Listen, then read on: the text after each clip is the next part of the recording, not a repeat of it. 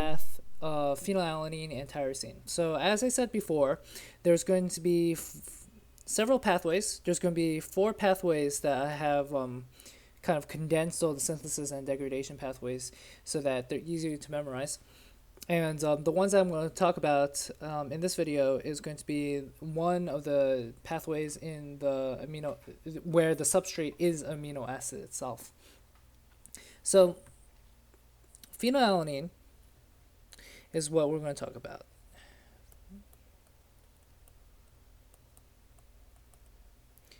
So in the synthesis of tyrosine, it comes from phenylalanine. So that's the first thing. And this makes sense because phenylalanine side group looks like that, and your tyrosine looks like this. So the only difference about this is a hydroxyl group. So we know right away that this is going to be some sort of hydroxylase.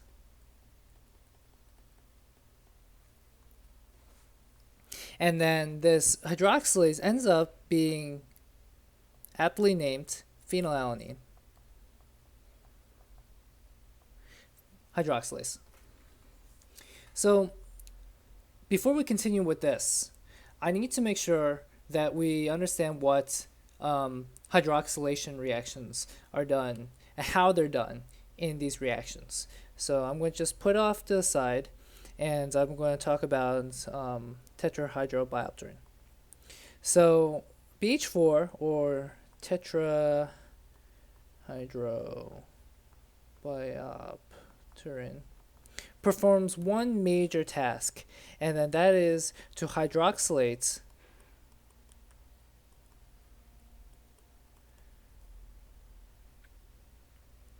things, hydroxylate molecules.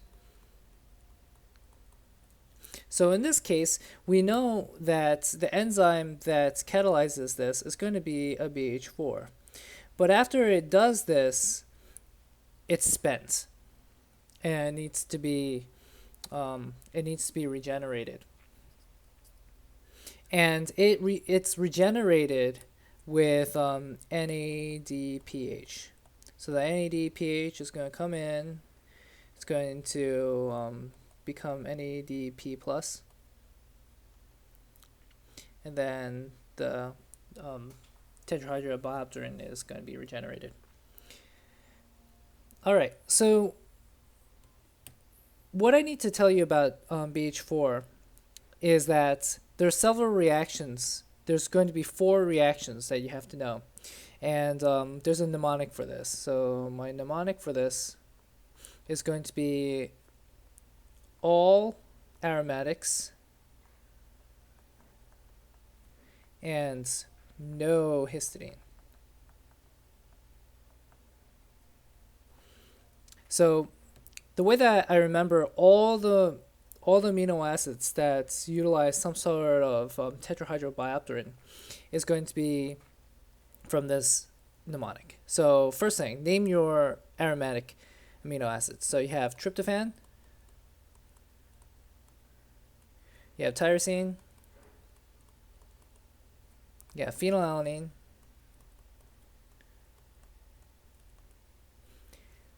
and then you have histidine, but I said there's no histidine, but this no actually stands for nitric oxide.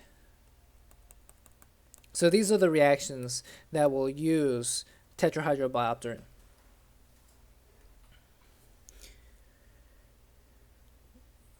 All right, so this is going to be your synthesis of tyrosine, but it's also going to be your degradation of phenylalanine. What I'm going to go and do is I'm going to talk about how this can cause disease.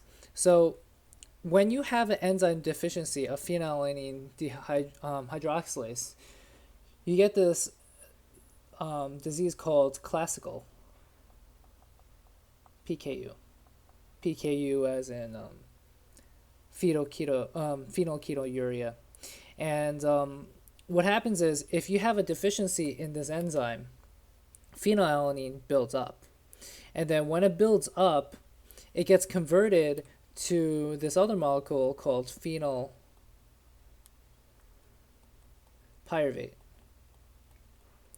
And phenylpyruvate is toxic to neurons.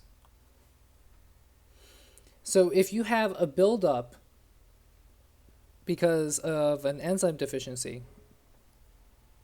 you're going to have neurological issues.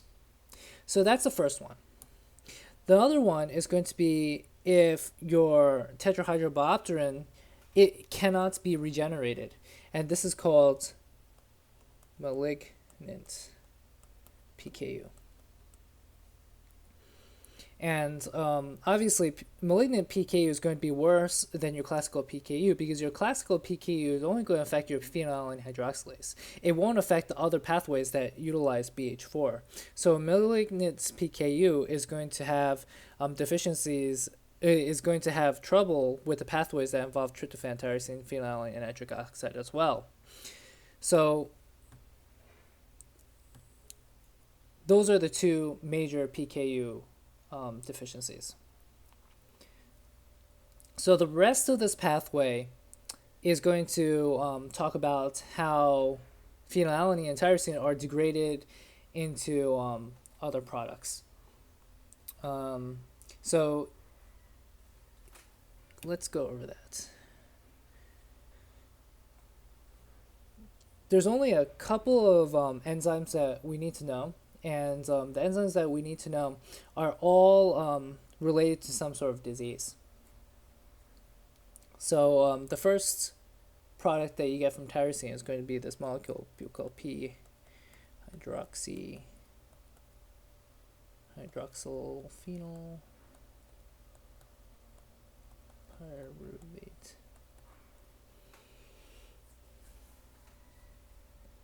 And this is done by an enzyme called tyrosine Amino Transferase.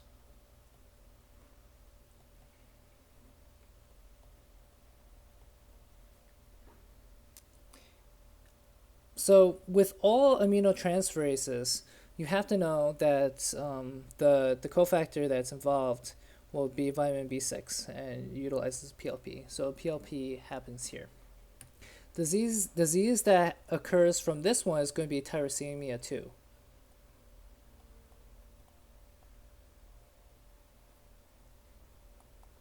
And just watch out for that because tyrosine 2 happens early in the pathway and tyrosine 1 happens afterwards. So be careful about that in terms of when you memorize where these deficiencies are. So the problem with tyrosine 2 is that you cannot break down your tyrosine. So if you cannot break down your tyrosine, your products can back up. You're going to have more phenylalanine. You might get even very similar neurological effects as PKU. So in the case of tyrosine, you need to restrict your tyrosine. But in the case of PKU, you actually have to supplement tyrosine because tyrosine, there's other pathways over here. They make you like your catecholamines. You have your melanin comes from this direction. So you need tyrosine for other biological reactions. I'm just going to put other reactions. Except it's not working. So I'll just leave that. I'll post it up later. So this reaction will make homogenistic acid.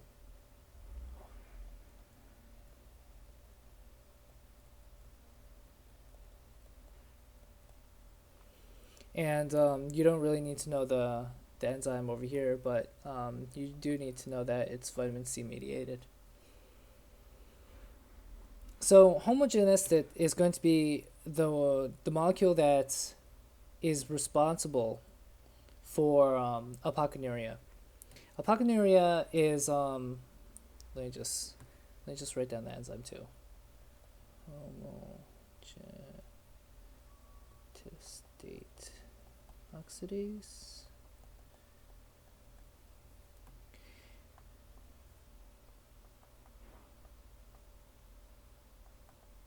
And alpocinaria alkapto is dark, and urea is urine. So when you have a deficiency in this, you're going to have a backup of homogenistate, and then when you urinate homogenistate and you leave it out for a certain time, you're going to have black urine.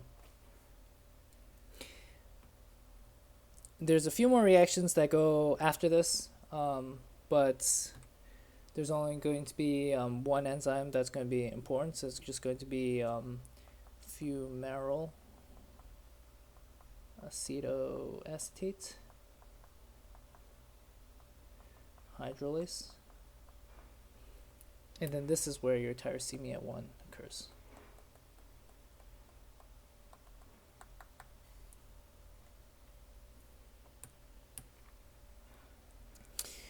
And then the final breakdown products of these are going to be fumarate and acetoacetate.